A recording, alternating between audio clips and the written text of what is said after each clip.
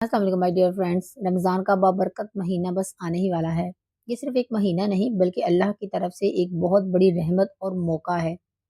रमज़ान हमें सिर्फ भूखा प्यासा रहने के लिए नहीं दिया गया। रमज़ान हमें अपने रब के करीब करने के लिए आया है। ये महीना दिलों की सफाई का है, ये महीना रूह की बेदारी का है, ये महीना अपनी ज़िंदगी बदलने का है। ज़रा सोचिए, अल्लाह ताला हर साल हमें एक सुनहरी मौका देता है कि हम अपनी गलतियों से वापस लौट आएँ, अपने गुनाहों की माफ़ी माँग लें और अपनी ज़िंदगी को दोबारा सीधे रास्ते पर ले आएँ। रमज़ान एक नई शुरुआत है। अगर पिछले दिनों आप परेशान थे, अगर आपके दिल में दुःख था, अगर आप थक चुके थे और अगर आपको लगता था कि आप अकेले हैं, तो याद रखिए रमज़ान शिफ़ा का महीना है, सुकून का महीना है, अल्लाह से जुड़ने का महीना है।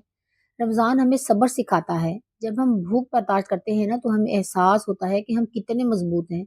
रमज़ान हमें शुक्र सिखाता है। इफ्तार के वक़्त एक गिलास पानी की कदर समझ आती है।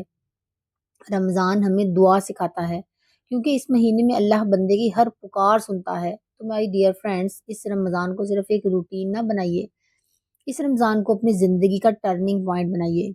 नमाज को अपना सहारा बनाएँ, कुरान को अपना साथी बनाएँ और दुआ को अपनी ताकत। हो सकता है दुनिया आपको ना समझ सके लेकिन अल्लाह आपके आंसू भी जानता है, आपका दर्द भी जानता है और अल्लाह आपको कभी अकेला नहीं छोड़ता। बस एक सजदा, एक सच्ची तौबा और एक दुआ आपकी ज़िंदगी बदल सकती है। रमज़ान का चाँद एक पैगाम लेकर आता है, वापस आ जाओ, अल्लाह तुम्हारा इंतज़ार कर रहा है। तो आइए इस रमज़ान अपने रब से अपना रिश्ता मज़बूत करें, अपने दिल को साफ़ करें और एक नई रोशनी के साथ अपनी ज़िंदगी का आगाज़ करें। अल्लाह करे कि ये रमज़ान आपके लिए रहमत, बरकत, मग़फ़िरत और सुकून का सबब बन जाए। आमीन। रमज़ान मुबारक।